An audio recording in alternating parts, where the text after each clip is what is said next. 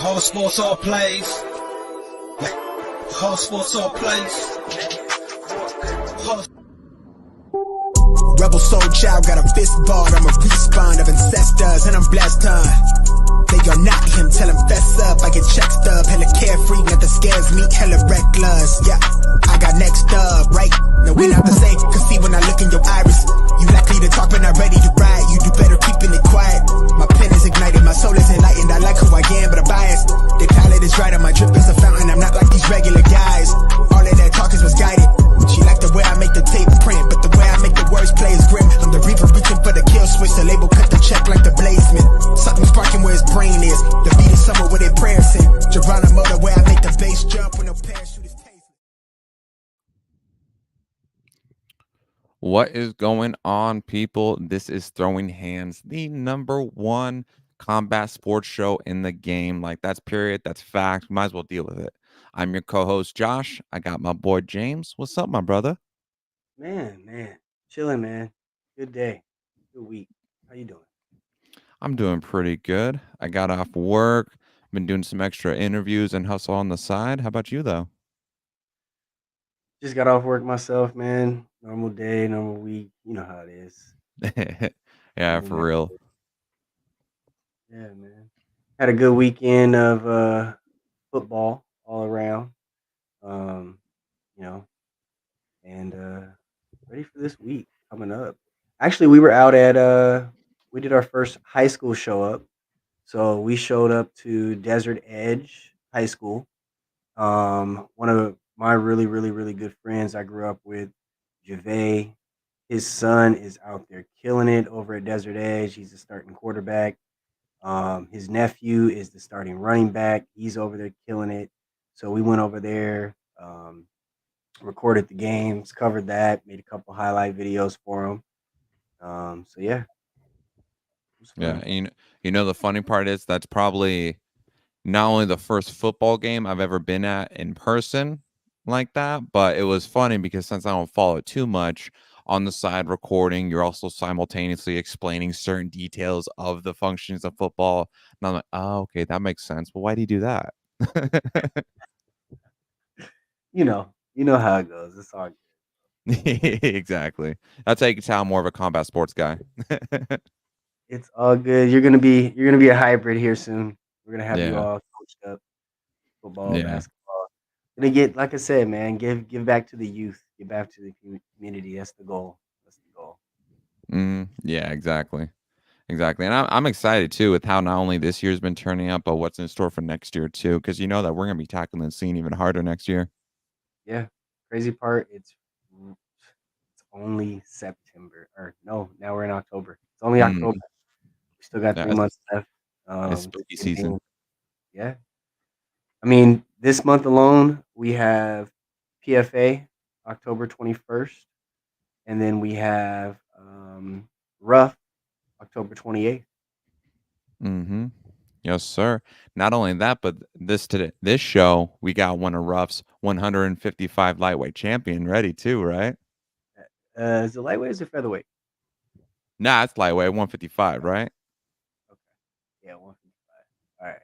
My bad. I Yeah, could man. be wrong too. We do too much that it's hard to follow along with everything. Well, he's gonna be right here, right now, to be able to let us know. Mm-hmm. Yes, sir. And hey, let me tell you something. This guy is a gangster, coming in slick like a stone cold hustler. He'll catch you with a 1, 2, 3, switch levels, and sweep you off your feet. Then slam you to the floor, let you get up, kick you in the face, and yell four. I don't think you're ready for what's in store. As he gives the audience an encore of human gore, you're going to be left feeling sore, and in spirit, you're going to be poor as you're haunted by defeat. Too busy chasing your soul he reaped. He'll sew your lips shut and tell you to zip it, capiche, or else he'll wind up the left and put you to sleep. Ladies and gentlemen, you're about to know what is up as he's the one and only Paul Marghitas. What's going up, on, brother? Dopest introduction I've ever gotten in my life. I appreciate that. I love that, man. You know, I got to do you right. And it's 145. I'm the champion at 145, so featherweight. 145. That's right. Okay, you were right, James. You know, Gotta be right sometimes. You gotta let me have a little bit. Man, yes. How you doing, man? I'm doing pretty good today. It's a nice day. Weather's getting better. Training's going good. Everything's going good. I can't complain. Nice. Nice. How you been feeling since you won the belt? I've been feeling good, bro. I feel a lot better in terms of health. Last time I talked to you, I looked like I was dying and my eyes were up, so everything. So I felt bad. I watched the interview back and I just looked so miserable and so sad. So I was like, man, I can't wait to get this other interview with you just because I'm excited now. I'm full of life. I'm full of health. But I've been feeling good, bro. I've been training good. Already back to that. I got back to that the week of training my ass off, and I'm already back to it. So everything's back to normal. Schedule's looking good. Nice. Was nice. it a rough camp? That last one? No, it wasn't. I mean, it was a good camp. I'm not gonna say it was a rough camp. It was. I had like a little injury that I was dealing with, and it was kind of messing things up, and like it wasn't nothing serious. It was just kind of like annoying. It was in the back of my training camp to where I was training. It was kind of bothering me a little bit, but I mean, now it wasn't a bad camp. Wake up went good. Training camp, the whole training camp went good. My cardio felt good. I did really good cage rounds with a lot of really good fighters. It was a good camp. Nice. And hey, you looked phenomenal in that interview. You killed I, it. bro.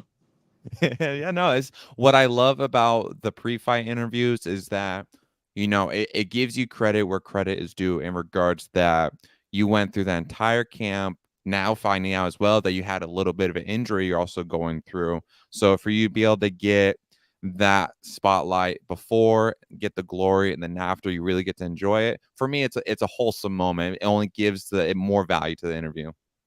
I agree with you on that, no doubt. Yeah. Yeah. I mean, a lot of people don't get to really see. It's before UFC even.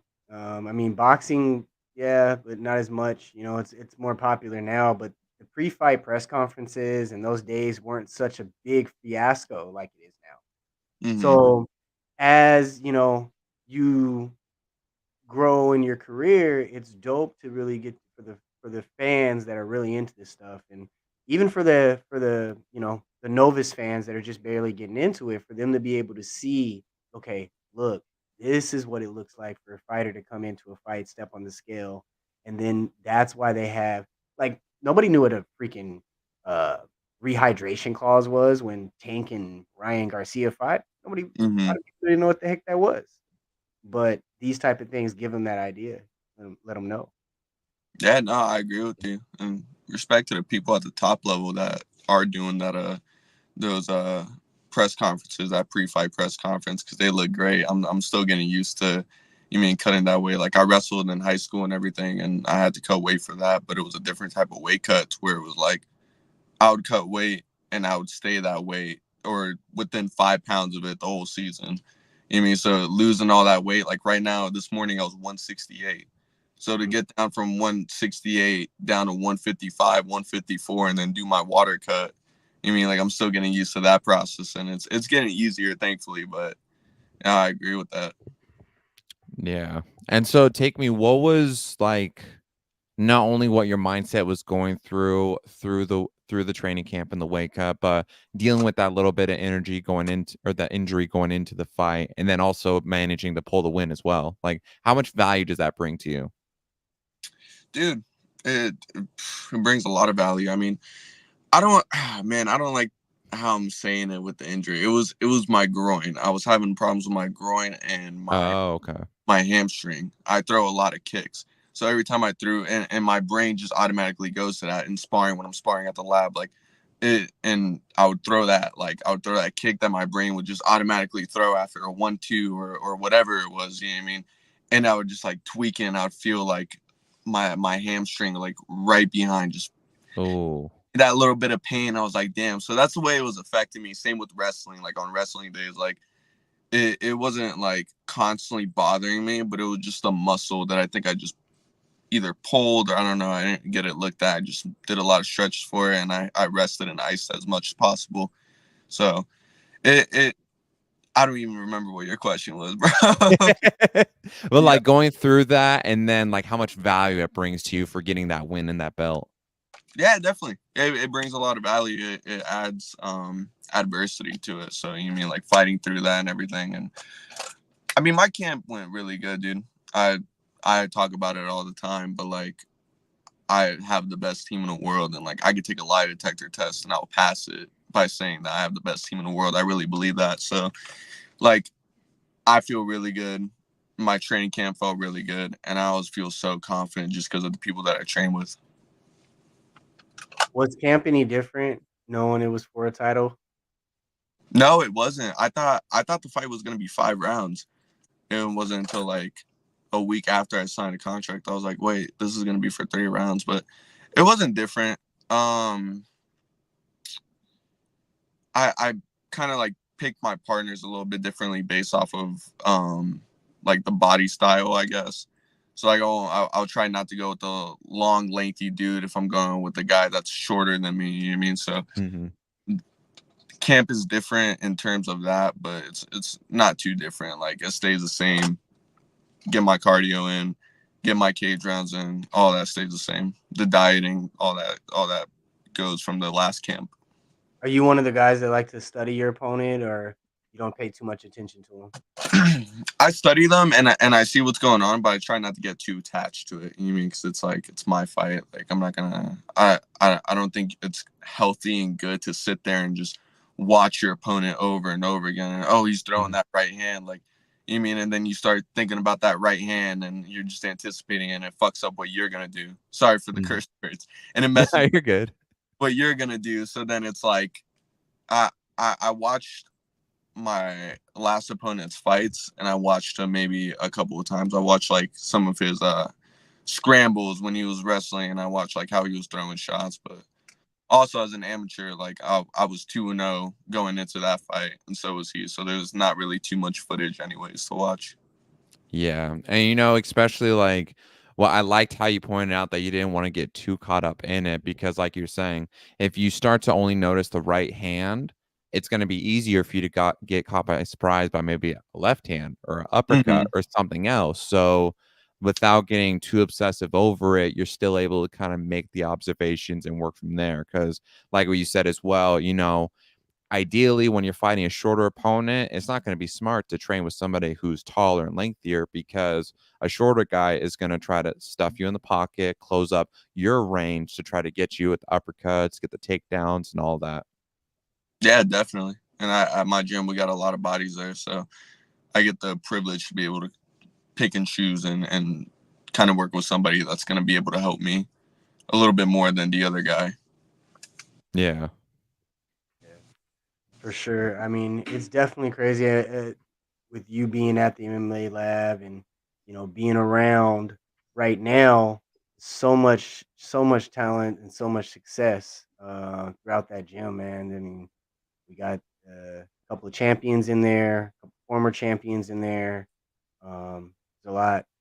So let's go back a little bit. I mean, when did you start fighting? Did it start in high school? Your love for fighting, or when did it start for you? So I got put into jiu-jitsu when I was 8 years old, like turning 9 years old, like early on. And that's my parents were trying to figure out for something for me to do, as like a little kid, as a 8, 9-year-old little kid. You mean I got to get put into something, whether that's football or whatever. And my dad wanted to put me in karate, and my mom wanted me to go and dance. And then my brother was watching a lot of UFC at the time, and brought the idea up of doing jiu-jitsu. So I got into jiu-jitsu when I was 9 years old, and started competing in that, and I would go every week. Tuesdays and Thursdays is what I would do, and then as I got a little bit older, I got a little bit more into it. I started taking it a little bit more serious, and not even more serious. I just enjoyed it. I just liked it. Like I want to do more classes. Like for the kids' classes, they're doing it Tuesdays and Thursdays, but then there's also Mondays and Wednesdays with different coaches. So then I started going to those classes just because I really enjoyed doing it. It was something new. It was something cool in it. And it gave me confidence, man. like jiu-jitsu is so amazing because it's like as a little kid, like I was a lot more shy, a lot more like timid to myself.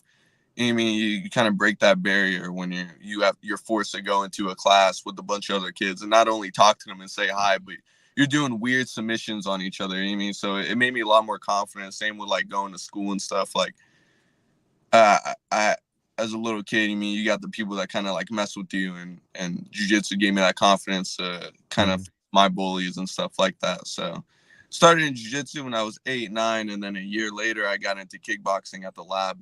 And as a little kid, I was just going back and forth between jiu-jitsu and kickboxing. And then I got into wrestling in middle school and then wrestled throughout high school as well.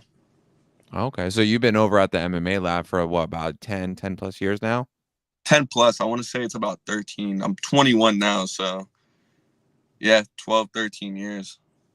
See, now that's great too, because you get to not only grow with all your teammates there, but like to have that much seniority at that single gym gives you so much more, I wouldn't say necessarily rapport, but the quality of experience, because you have amazing guys like Crouch, you got Benson Henderson, Cannonier over there, even like some of the guys in the UFC right now with Marcus McGee, you got Abdul who's getting ready to rise up there. So you got a phenomenal group to work with.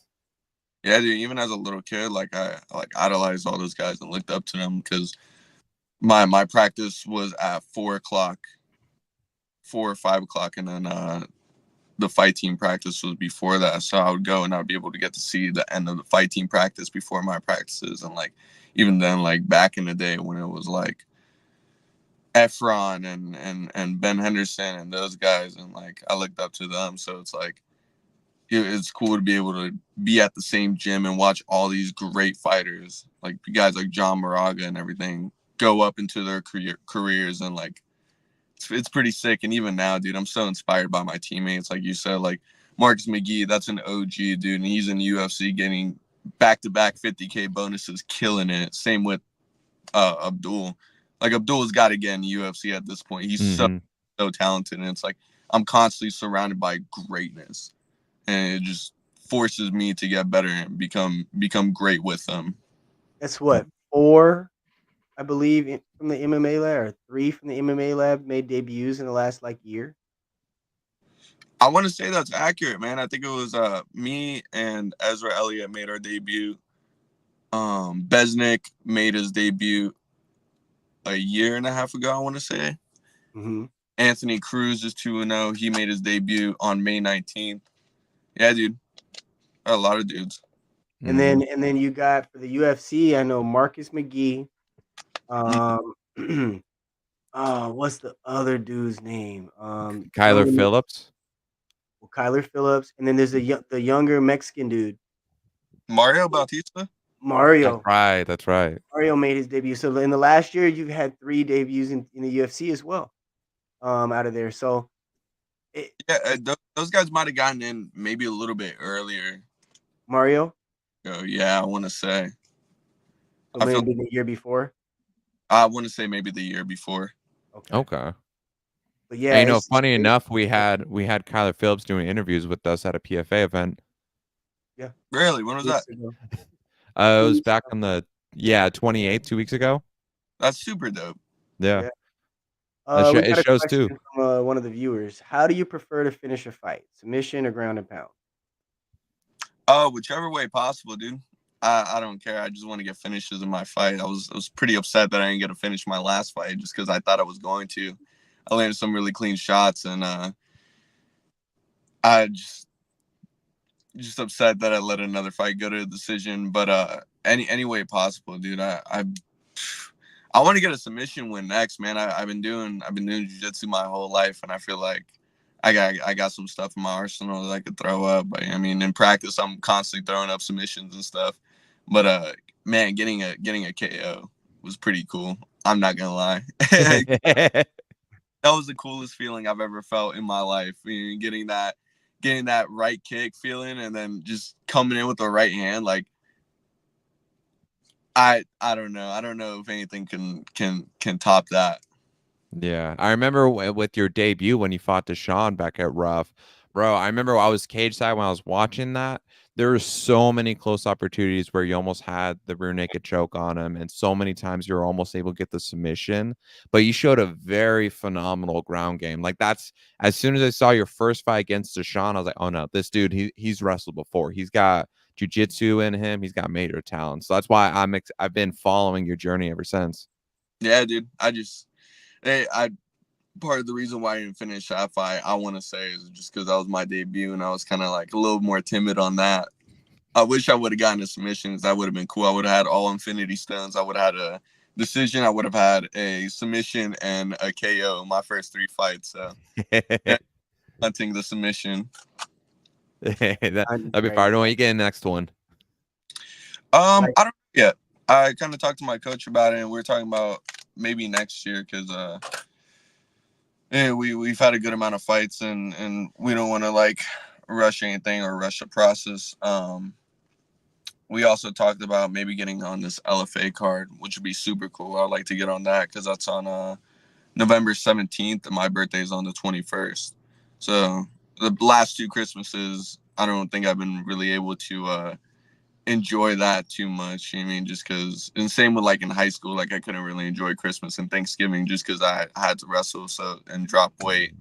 But it would be cool to get on that card on the 17th because then I get to enjoy my birthday 4 days later, and then Thanksgiving's right after, and then Christmas is right after. You mean, but if not, then like sometime next year, I think that'd be super cool.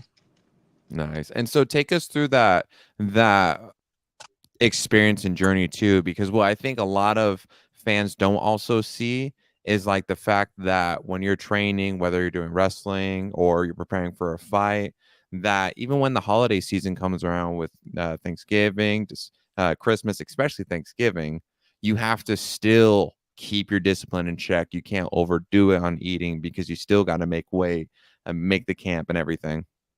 Yeah, dude, that has nothing to do with this, to be honest. Like, you still got to stay on your weight, and like even on like Christmas Day, Christmas Eve, like on the fight team, like we train on those days. You mean Thanksgiving? The only thing that we do is we switch it in the morning so then we can have our days with our family, but we don't get practices off or stuff like that. We had a power outage at our gym like a week ago. We were training. Right. And we don't have an AC or nothing. We bought some water bottles and we took it to the gym and we trained in the morning with the door open to crack some light in. And I mean, so there's no excuses when it comes to training at my gym, whether it's a holiday or nothing, dude. Mm-hmm. That's major respect too. That's why I always want to give you guys major kudos and respect for that, because that's 98% of the entire world population wouldn't dare to do that. Yeah, man. There's something that Ben Henderson says that I think about all the time at the end of our practices, and on like hard days, like today was a Tuesday practice, so hard wrestling Tuesday, and at the end of practices like that, he always says this thing, and it's, you could be anywhere in the world right now. You chose to be here. And like I think about that a lot, like with discipline and everything. Like, man, I could be doing anything. Like, I'm 21 years old. Like, I can literally go and do whatever I would want to do, but this is what I want to do, and I chose to be here. So same with like the discipline and the hard work, like that comes with it, and I want it. When did it click for you though? Like, obviously you've been training all your life. You've wrestled in high school. You've done all that. When did it click though that this is what you wanted to do forever?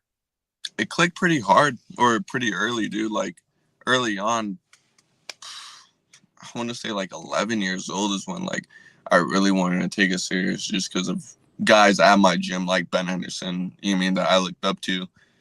But said you got to be borderline psychotic to be a fighter. It's like it, honestly. We're all really normal, cool people, but there's got to be something weird with us to want to do that. In the most respectful way. But it clicked early on, bro. Like, it was something that I told my brother, because my brother is the one that got me into fighting. And like I told him, like, hey, like I want to be a fighter. I want to be a fighter just like these guys in the gym. And as like a little kid, like you all have like dreams and everything. Like, oh, I want to be a basketball player, even like an astronaut. Like it's just like what you do when you're a little kid. You dream big and you want to be something. But me and my brother took it very seriously, and we kind of made a blueprint. We made a game plan of how we're gonna do this, and there's a lot of things in there. Like, okay, like we want to be fighters. Like, for example, the biggest thing is discipline. Like we can't drink, we can't smoke, we can't party. Like all of that matters when you get to the highest level, and like things like that. Like I've stuck to that blueprint. Like I've never drank alcohol, I've never smoked weed, I've never smoked cigarettes, I've never done any of that, just because it would negatively affect me in fighting. So we made a blueprint early on about like how to train and how we got to stay disciplined to this and everything. And it clicked on at like 11 years old. That's when I also started getting into like tournaments and stuff, like jiu-jitsu tournaments, and competing in that. And later on, a couple years later, I'm in middle school, so now I'm wrestling in middle school tournaments and meets and stuff like that. Yeah. Okay. Do you have any favorite experiences you had at that age when you started doing the tournaments, or like very memorable moments that really set you on this path? I've had all those moments were amazing, just like getting submissions and feeling the how it feels to win and just to have that victory. My first ever tournament, I got a picture with my idol, so that was super cool. Even though I lost, there was there's a lot of good moments of like even the feeling of like after a tournament, dude. Like tournaments are on Saturdays, so I would have school during the week, and then on Saturday, like I would wake up in the morning, go and compete, and just winning after a tournament and going home with my family and like, like eating, and they're all proud of me and everything. Like all those moments kind of were memorable to me. And then going to school on Monday, and then people asking how my tournament went, and I tell them that I won, and immediately, oh, look at this cool katana that I won and stuff like that. So I feel like there wasn't a specific memorable moment. It was all memorable. Even Yeah. even the bad stuff, because that kind of made me more passionate about it. Like, damn, like I got to get better. Like I got to go and practice this. You know what I mean? Yeah. And you being able to start at such a young age and suck all that in, and like you said, like, being at that young of an age. I remember back when I played sports, or basketball or whatever it was. You're right, like it was more of a family thing. So being at that young of an age and being able to go through that on all the way up, that's really, really dope. How has it carried over, like, for your first 3 fights, in the octagon? How has that carried over with the family and them showing support and things like that? It's carried over the exact same way, dude. Like I feel like nothing's changed for family. Like thankfully I got a really big support system from my mom, my dad, and my brother. Like those are the people in my life that support me and push me in this. I don't even growing up as a little kid, dude, like every practice I went to for jiu-jitsu, for kickboxing, like my dad would take me to practice, and he would sit there and he would watch me every single practice. He would never drop me off and go home and come back and run. And so the practice almost over, I'll go pick him up. Like he would sit there and analyze, and like, like I'm pretty convinced my dad might be a blue belt just from 7 watching me in jiu-jitsu. He's got to know some type of jiu-jitsu. I'm trying to get him in with me, but um like even that support of like him making sure that I'm getting better and how I'm doing in practice, and even him trying to give me feedback and being a dad, it all carried over into fighting. Now I got a lot more people that support the heck out of me, which I'm so grateful for. Like I got a lot of people from, high school that want to come and watch me fight. I got a lot of my brother's friends that grew up watching me fight, and mess around with them and try to fight them. And now that I'm a grown man fighting, they come and support me. And of course, the biggest part is my family, like my mom, my dad, and everything. I sometimes feel bad for my mom just for the whole process. My mom's got such a big heart, and she hates seeing me cut weight and everything, and even the fights. But she loves me too much to not watch me fight. And going and supporting me. So it's carried over in every way you can imagine. Yeah. And it's So great to have that support system. so Rob Scott's firing off some questions tonight. Let's So do it. how do you feel about the boxing MMA crossover matches? And do you think boxers will eventually fight a MMA fighter in their territory? I like it, honestly.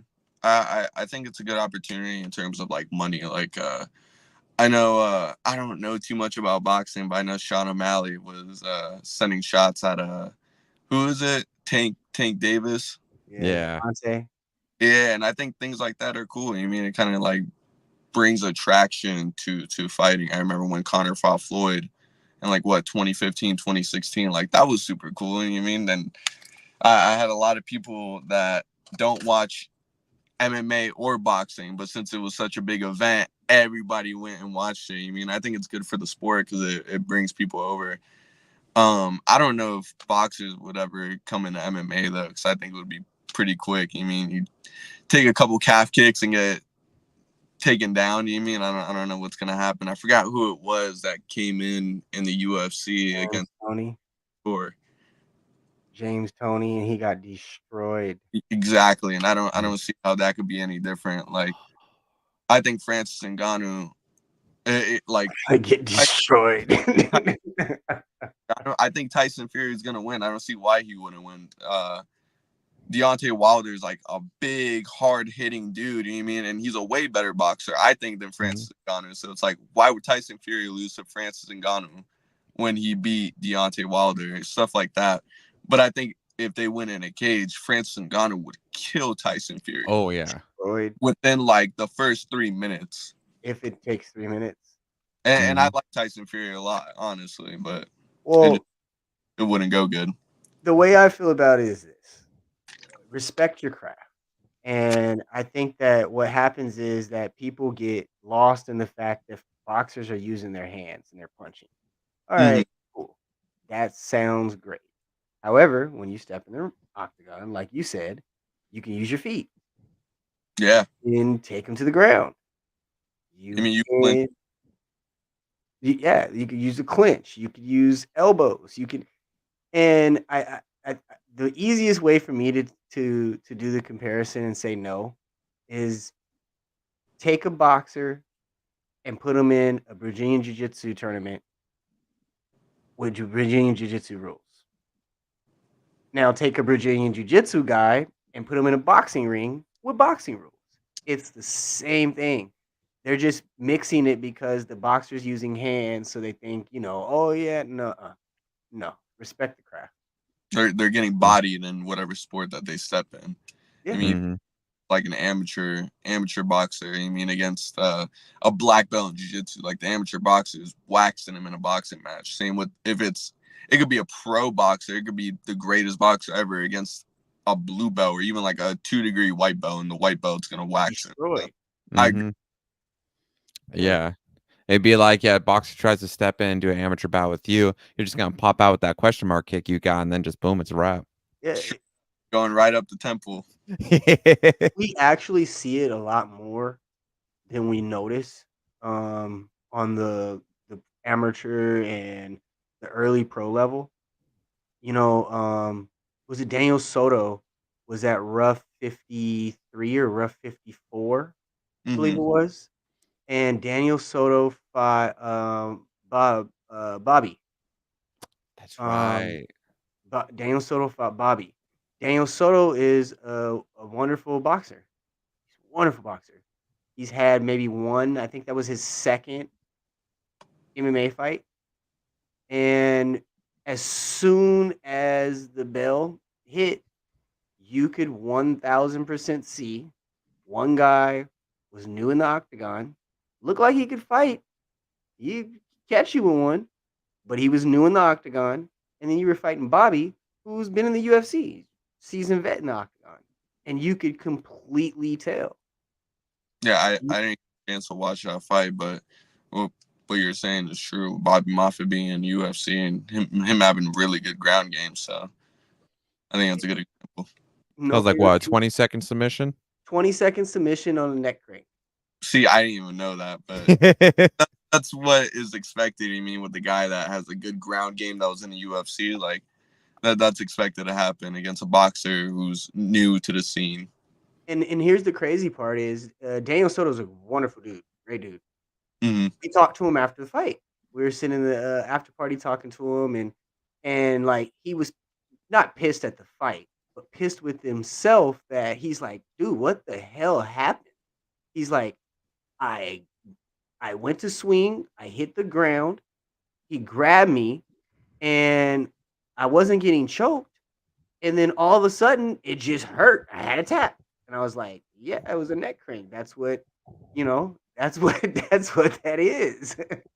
And But not that it would have affected nothing, but even in the rough cage, like that one's a little bit smaller than usual. So now you're like Mhm. you're forced to face that like, damn, he's coming at me and I have nowhere to go. You know what I mean? So nowhere to go. That cage, you're right. Like you got 2 steps to the left, 2 steps to the right. yeah, You know, a question popped in my head now because I started off with training with primarily doing jujitsu, and my first instinct is always go for the leg locks or like the ankle picks. But right now, Mhm. I'd say my favorite is the Ezekiel choke. Do you have like a specific submission move that you like to favor specifically, or anything else? Yeah. All my life I've been doing triangles. So I love throwing up triangles, and I almost threw up a really nice one in my first fight where I was sliding off of the back Right. and I threw it up and tried locking it in, and I just missed it. I threw the leg that was supposed to be on top was on bottom, and I couldn't reach my shin. And I watched it back to one of my homies who's a black belt, Keith, really good. And I sent it. I was like, bro, what did I do wrong here? Like that was so close. And definitely my triangle, and I really like working with Kimura just because even if I'm not setting up, even if I'm not gonna finish Kimura, like it threads it to where you have to sit here and worry about it. And now I can start moving around. I've gotten sweeps from it, things like that. Yeah. Yeah, see, I always have a pain with the triangle because I don't have too much flexibility in my legs. So trying to hike my leg over their shoulder is such a pain in the ass. Thankfully for me, it's pretty easy just because I've always had good mobility in my hips and everything, and my legs are super flexible. Like I can do splits and stuff. So if I have that little bit of space to bring my leg up and throw it in, like it can get pretty dangerous. I like Nice. the Have you ever tried to triangle. go for a twister? Dude, I'll throw up twisters every now and then in practice, but not too much. If I had the back like and they're starting to turn out of it, like I'll get on mount and get into like an S mount, or like get into that like gift wrap if you know what I'm talking about. But Okay. on the back, like if I'm on the back, then I can work from there, and you can't do nothing but try to get out. So Mhm. Don't completely quote me on this on both parts, actually, but I believe that on Marcus's last card, and there was a card on the a fight on the undercard that was finished in the first round, like in like first minute or so, with the twister, and that was like the third twister of UFC history. Yeah, that was Mario Batista's last opponent that got that twister. I was gonna say that sounds familiar.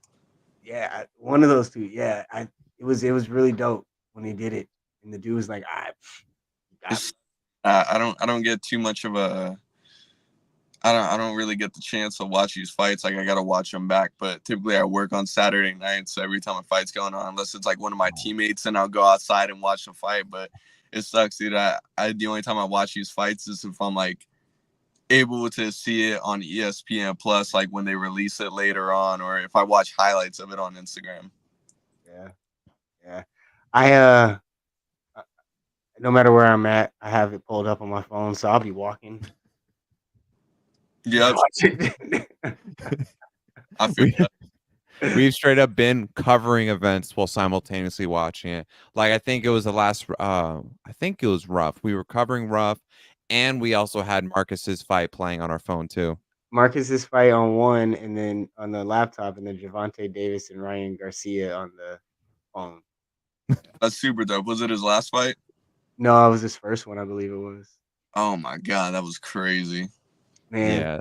it's funny that fight when I saw it announced, I was like, Journey's pretty good, but if it's Marcus's debut, I know they're gonna watch him. He's crazy with his striking. They're gonna try to take him down because there's not a lot of film on him for them to really study yet. Mm-hmm. So I bet that he would finish with submission. Dead on, dead on. Bro, got it right on the nose. On a 4-day notice, dude. That's crazy.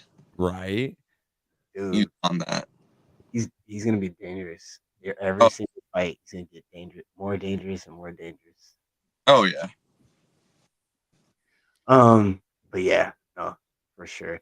And me personally, I like watching triangles because it's like I'm gonna take you back a little bit of wrestling back in the day. It's like the DDT, like Diamond Dallas Page when he used to do the DDT, or you could say the RKO. I guess it's the same thing, but you could throw the triangle at it anywhere, man. It's crazy, like all the different variations I've seen over the years of people throwing it on people. I'm like, man, that it's dope.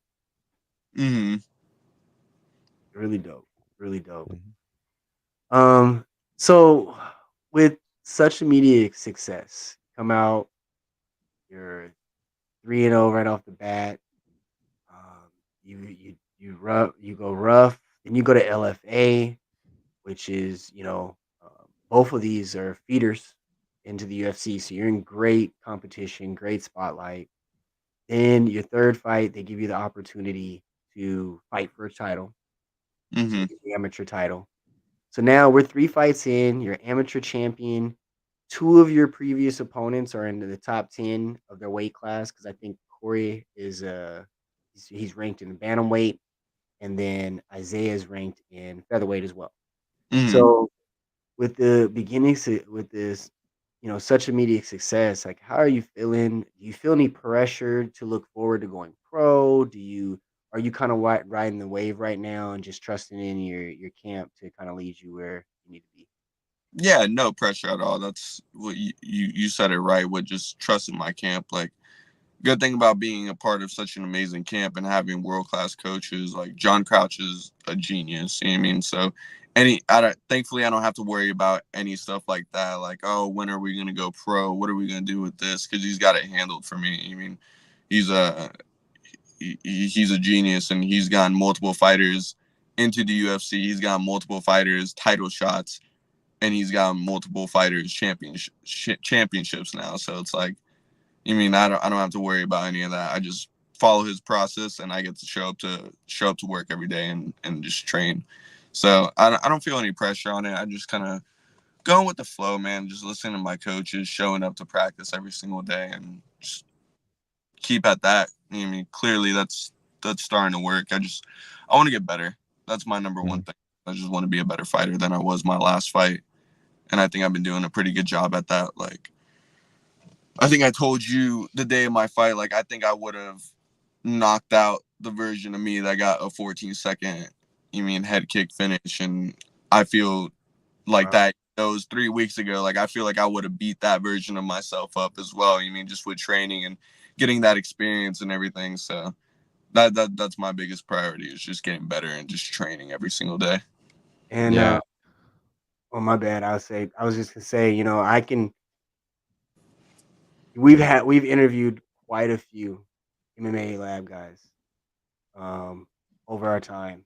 And one thing that I will say that is fluent with almost every single one of you guys that we've interviewed is you guys are so comfortable, and it seems like you guys are so free in your space. And I will have to commend your crew.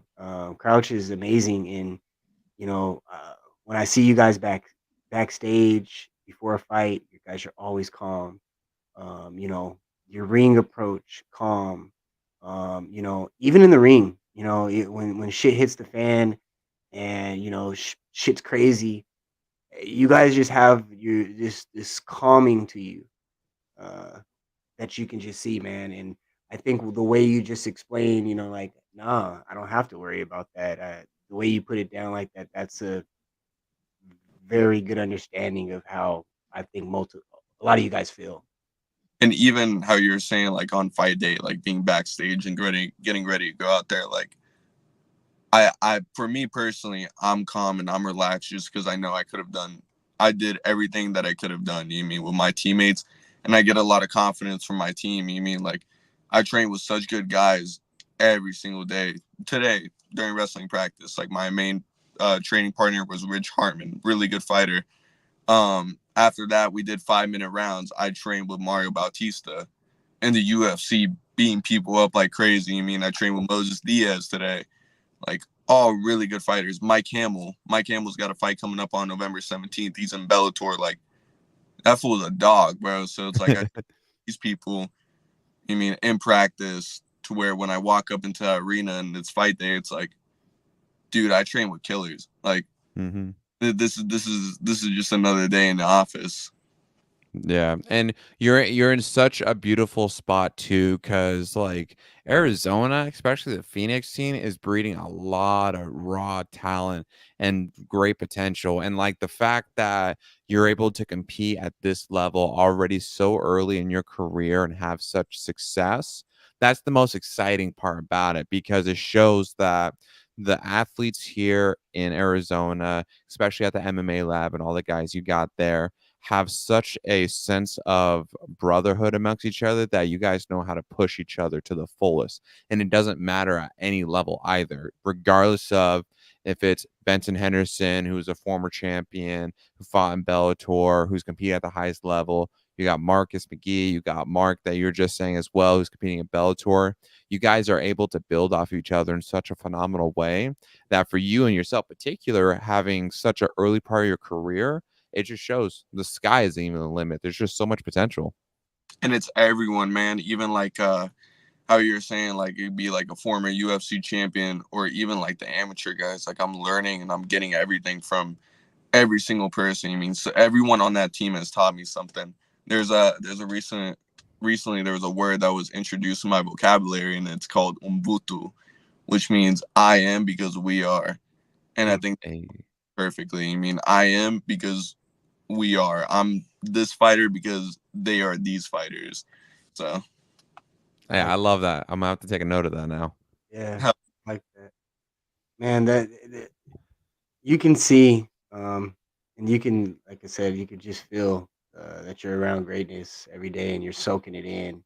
Um, you know, uh, who growing up did you kind of idolize, look at, and kind of push you towards this? Any fighters that you were like, this is why I want to do this, or that's who I want to be, or dude, there's a handful. Like, of course, the main guy is the guy in my gym, Ben Henderson. Like, being a little kid, like I watched him train and become a WC champion and everything, and like that was super inspiring for me because it's not like I feel like athletes have like this feeling of like invincibility. Like you think about LeBron James, like whoa, like LeBron James is such a special person, which he is. I think he's such a good basketball player.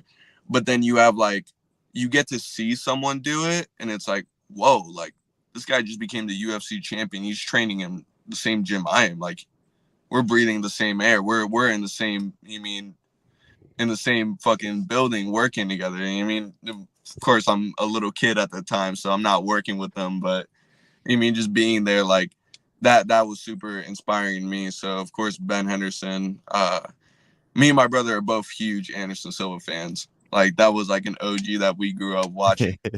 Sure, Frank Mir is another dude that I really grew up watching. Like was inspired by, and then there's a lot of other people. I'm a basketball fan, and I grew up watching Kobe Bryant play.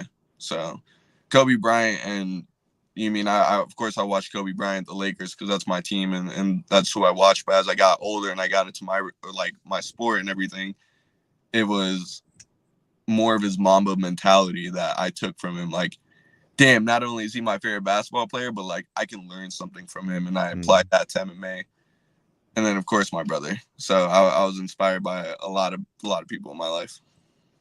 that's nice. Yeah, you named a lot of the heavy hitters as far as in the MMA world that some of my favorites and in their eras.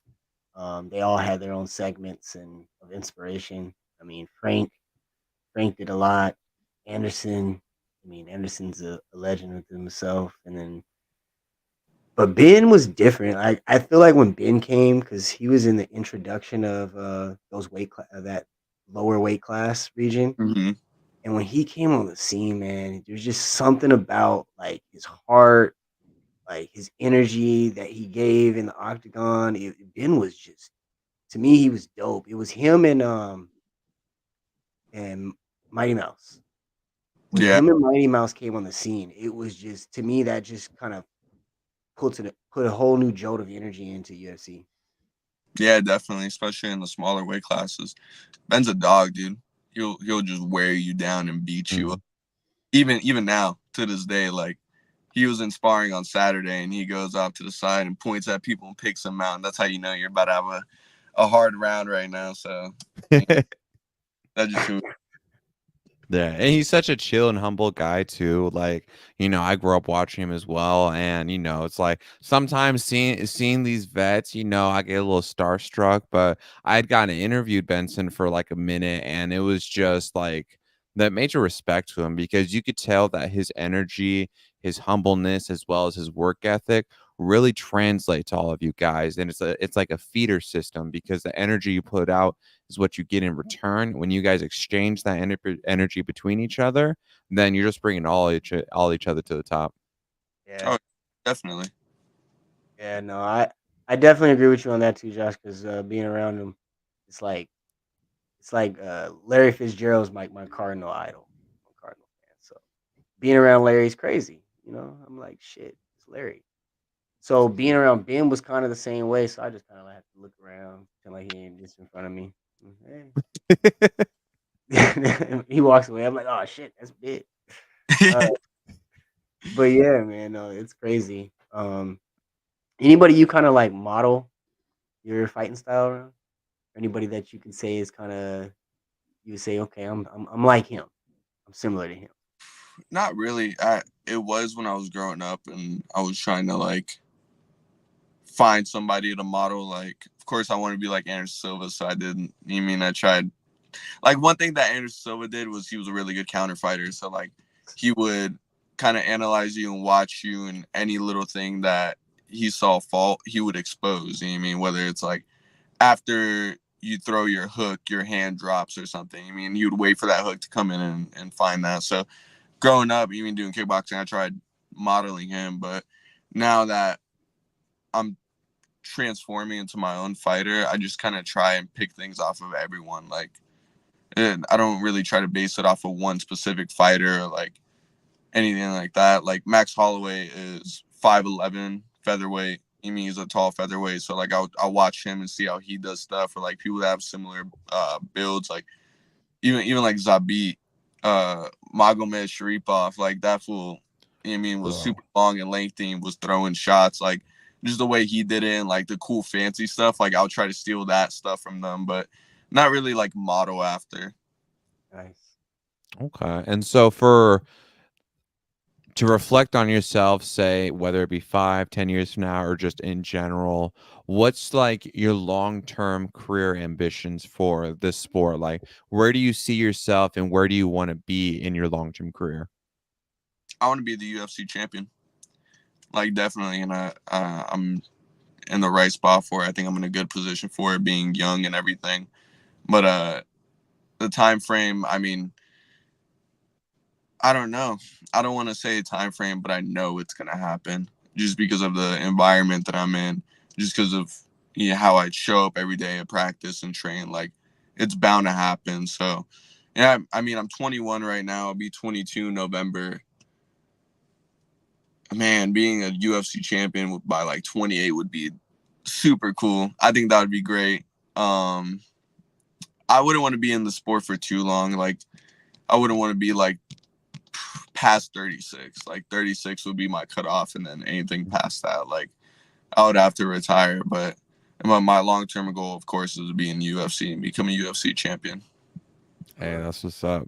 And probably have the most title reigns too. Oh yeah, easily. You That said it with conviction, so I believe it. Jose kind of killed it in the featherweight division, though. I'm not sure how many he has, but I know he's got a good amount on that. So Aldo? yeah, Yeah, mm-hmm. he does have a so lot. he set the bar pretty high, but I'm willing to take it. He Yeah, does.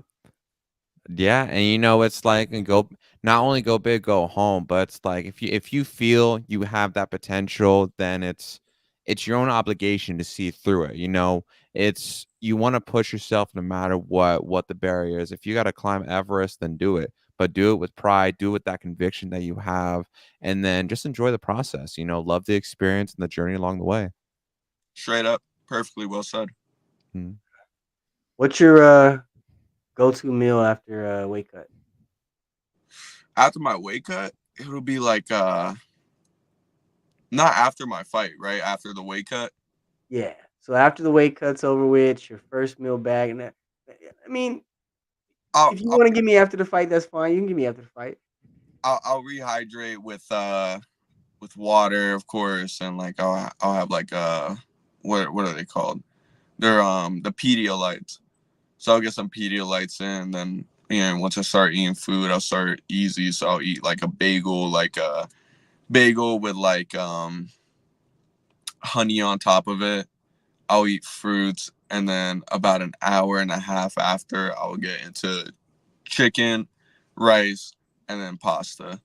I love pasta. I'll eat that up, and then the chicken and rice is nice to just switch, and I'll just switch back and forth between that. Something else I threw in was pretzels, just because they got a lot of carbs, and I can eat a bunch of them. So I'll eat pretzels right after my weigh-in, not right after, but you mean the day before the fight. And then on fight day, I go and I have breakfast at First Watch. So the last 3 fights, each fight, I've had breakfast at First Watch. I love First Watch, and I get the exact order is an elevated egg sandwich, and then I would do a waffle as well to get the carbs in.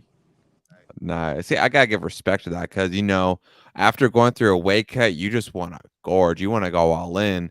That's why I won't lie. The combat sports probably has the most people with eating disorders, but otherwise, that shows really your discipline and your dedication because regardless of just finishing the weight cut, you're still being very astute or very acute with what you're doing, what you're taking in.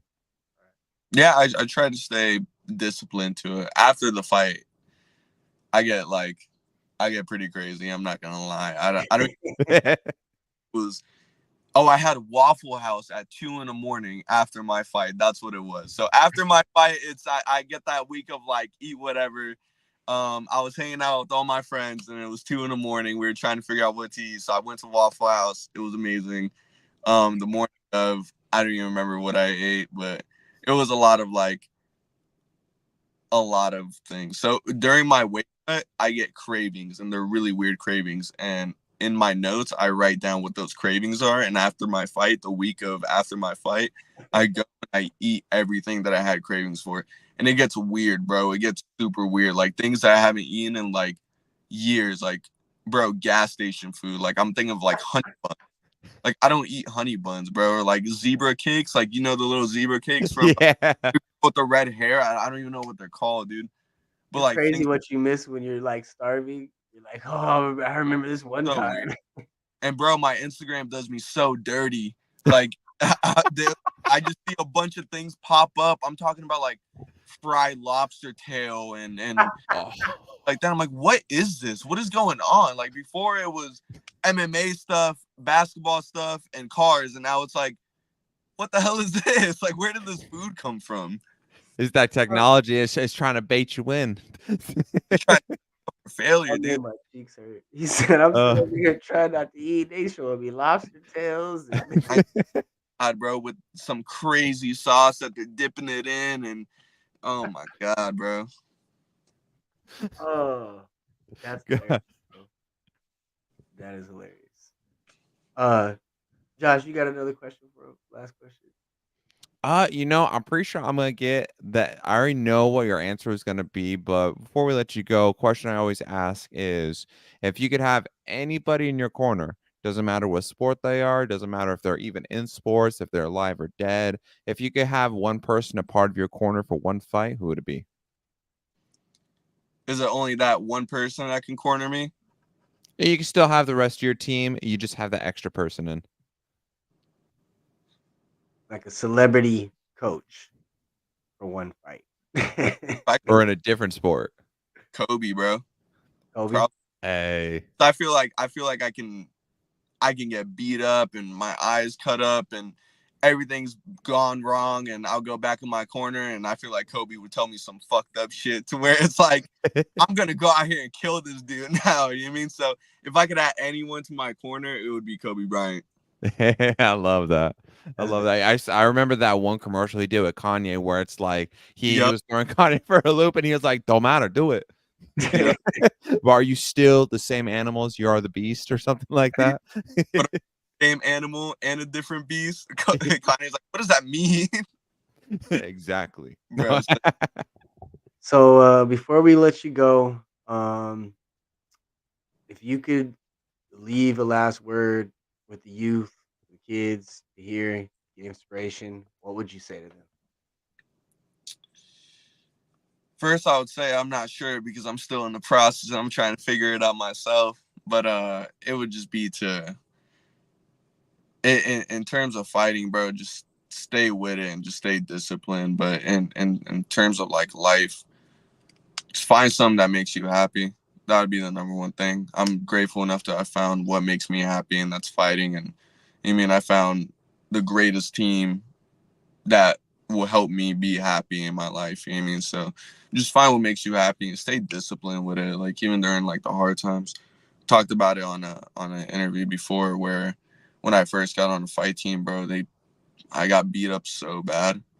Like it was looking like I got out of like a car accident and nearly got out with my life type thing. You know what I mean? So Damn. I was getting beat up pretty bad and I just stuck with it and I told myself, like, dude, like you're gonna have to get better. You know what I mean? You can't just get beat up all the time. So I, I think it's the same thing in life, bro. Like even if you really love something and you're just sitting there and you're getting beat up, just stick with it. Just stick with it. Give it a little bit of time, and then see how it is in a couple of months, and then let's see if it's the same situation. You know what I mean? Okay, I love that. I love that. Major respect. And, Hell yeah. I definitely have to give major praise to as well. I'm very humbled to be able to follow your journey at the start of it. And I'm very excited to see how your story is going to play out in the long run too. That makes me so happy to hear. I appreciate you guys. I'm humbled to be on this interview. Hey, man, Absolutely, it's a privilege, brother. you man, and Hell yeah. like he said, we'll definitely be at all the rough ones. Typically, I'm gonna try to make it out to some of your LFA ones too. That's definitely on my list to be at more LFA events. So when they're out here, I'm gonna try to be there more as well. Um, but yeah, anything you want to leave with your friends, family, any sponsor, anything? Anything I want to leave? Oh man, I've been saying it a lot, but I don't even know if people understand what I'm saying. But I always end like interviews or anything like that with Luca. I love you. Luca's my nephew, and he's somebody that I want to make proud growing up. You know what I mean? My brother is my best friend. I love my brother more than anything, and that's his son. You know what I mean? So I try to be that uncle to inspire my nephew Luca. So I'm just gonna end it with Luca. I love you. That's dope. Hey, I love that. Hey, a Latin phrase I love is tabula rasa. Lay a new foundation. You get to set the foundation for Luca to inspire him. Hell yeah, I'm gonna write that down. I like that. Yeah, I appreciate that. This is dope, man. I love this. Hell Well, yeah, I love it too, bro. definitely, man, and definitely let us know once you get the next one booked. We'll be watching out for November 17th if you get on the LFA one. If not, we'll see you probably in the beginning of next year. Um, Yes. ready to defend that gold. Hell yeah, I'll make sure to keep you guys posted too. I appreciate that, brother. Yes, sir. Yes, sir. Well, thank you for coming on, bro, and we'll definitely see you soon. Yes, sir. You guys have a good night. Yeah, you too, man. Peace. Man, Uh, another really, really, really, really good show. It's crazy, bro. Like in the beginning, we were doing like 30 minutes. We would talk like 15, then do like 30 minutes of interview, and then like talk another 15 minutes. We cut the talk down to like 5. It was long, man. yeah, and it's like what I love about how we're doing it as well is that it's unscripted. We're just going with the flow, and so it's such a great opportunity to like get to have like a raw conversation to genuinely get to know these guys. It's honestly with everyone that we've interviewed, we just always find a way to find another memorable moment. Like you and I are gonna pull pieces from Paul's interview that's gonna be like, man, 5 years from now, we're gonna be like, man, I remember that. And just to see his journey along the way, like I love that. Right. No, and you know, we were talking about it the other day. Like we've probably done over 400 interviews Hmm. this year, and you know, being able to go back um, and just look at the different stages of their growth throughout the year, just in the interviews alone, because it tells a lot. Like for instance, this particular interview, I didn't know that he had an injury. I didn't know that leading to that fight. So now looking back at that, those are things that we can, build along in that story that we always talk about, how the journey to getting there.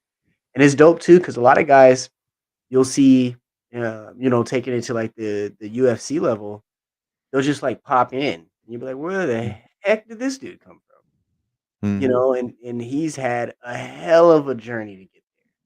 He's fought for 6 years, and he's gone through 8 different promotions, and he's traveled, and he's done all this, and we're like, "Where the heck did this dude come from?" Hmm.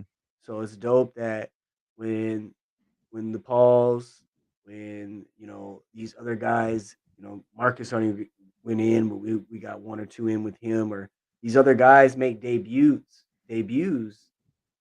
there's a whole backstory already kind of building that they can go Hmm. back and like review and look and understand their character. And it's dope. I love it. Hmm. Yeah, yeah, and that's like that's why I always like every single one of them because I thought it was really cool. It's a very heartfelt moment, like what Paul was talking about, how throughout growing up, going through all the tournaments that he participated, competed in, having his dad every step of a step of the way with him, having his family, especially having his brother there with him throughout the entire journey. Because I mean, like with this sport being so I don't even want to say isolated an extent because while yes, it's the individual that steps into the cage or the ring and that has to make sure that internally in their heart and their mind that they're equipped and everything to have such a strong unit to grow up with, it's really phenomenal to be able to see their progression and how much it means to them too. So it's like major respect. And I like too how he was pointing out, like with Benson Henderson, for example, if you go to other sports you're not necessarily getting that same sense of closeness with them because you try to get some training advice or whatever from, say, LeBron James, as he mentioned. It's not going to be the same versus Benson Henderson when you're in the same gym. You get to work with him on that same level. So it's why I say it's my favorite sport. Oh no, it's 100% definitely different in those aspects too. Because if you're quote unquote in high school, you're not in the same gym as LeBron. You know what I mean? If he's Mhm. in the NBA, yeah, definitely different in a lot of aspects on that. I mean, and then the other thing too, man. Like he was saying, like, "Oh man, I joined fight team." That's the point. That's the part that people don't understand. All right, you've been in this training for 12 years since you were 8 years old. You're now 20. You think you're ready to take it to the next level. You want to become an amateur fighter now. So you join, like he said, "Oh well, I joined the fight team." Well, now you're sparring against fighters, bro. And like he said, he was like, "Man, I joined the fight team. I was getting my ass whooped. I was looking like he said, I was getting punched in the face. That's what you're gonna do. So Mhm. that beginning is probably one of the roughest parts of it because Yeah. you're joining the fight team to learn how to fight respectfully. I mean, you've already been doing what you've been doing, but in a sense, you're learning how to fight at that point, learning how to get in Yeah. the octagon and fight, right? Hmm. And like you said, like with that being the beginning of it, that beginning stage is a make or break for a lot of people because with so many people, when the going gets tough, a lot of people want to give up early. And for this sport in particular, you have to be able to persevere it and keep pushing past it. And when like he was saying, like he looked like he was in a car accident, just because how hard he was training, all the sparring and everything, but he still pushed through. Like that's the beautiful thing with this sport.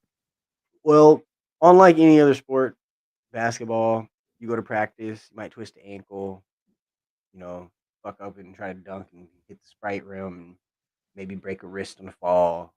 Football, gruesome. You're gonna bang your heads up. You're gonna get injured. You're gonna have some pains. But fighting, especially in the beginning, you don't know what you're doing. Hmm. You don't know. You don't have pains. You're not bruised up. You're whooped up. Your ass is whooped. Like you practice whoop. What happened there? Got my ass whooped. I learned some Yeah. things. Got my ass whooped. You know what I mean? Like Hmm. a totally different thing. And you know, um, respect to these fighters. And we've talked about it a few shows ago. You know, um, on the amateur level, before you even get to the pros, like it means so much to these guys going in there. They're, some of them are injured because of camp. The training's so hard to get there.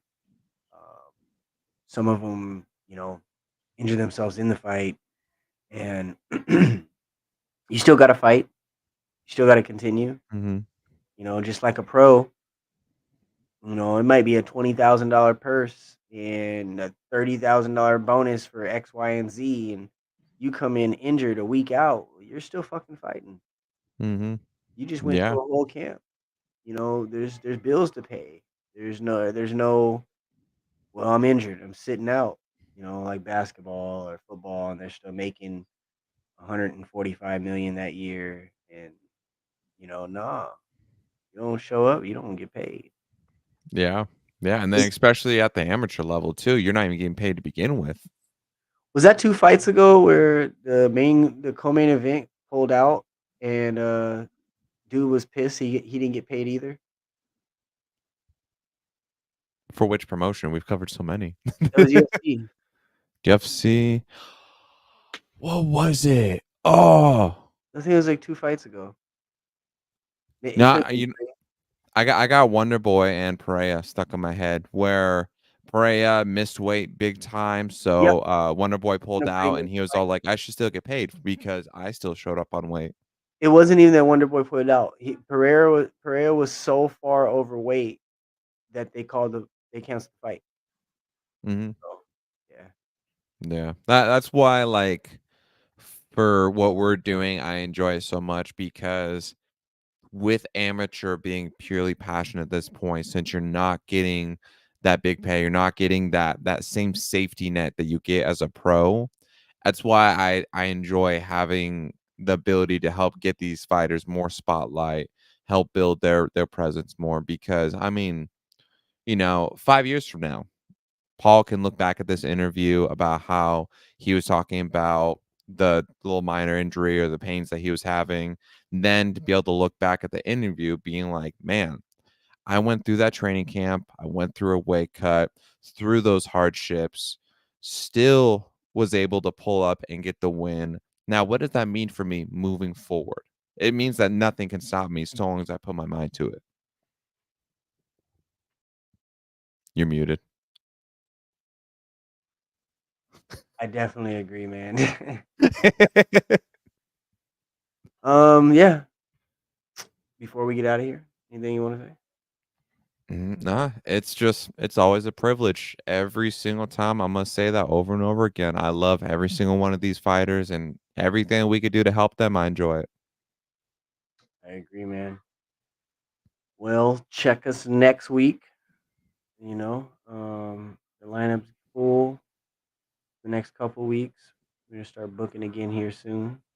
But Mhm. yeah, same place, same time. See y'all next Tuesday. Uh, and We struggle. disappear hand. My hand like disappeared. There you You a magician now? Yeah, make a hand disappear. Abracadabra. No. Hand disappear. Only this one. Hand disappear. Woo! That was funny. Yeah, no, nothing but peace, love, chicken grease, brother. Yes, sir. Till next time. I'm Jay, And I'm Josh. and this is throwing hands. Peace. Suck. Whole sports all plays. Whole sports all plays. Whole Rebel soul child, got a fist ball, I'm a respawn of ancestors, and I'm blessed, They gon' knock him, tell him fess up, I get check stub, hella carefree, nothing scares me, hella reckless, yeah, I got next up, right, now we not the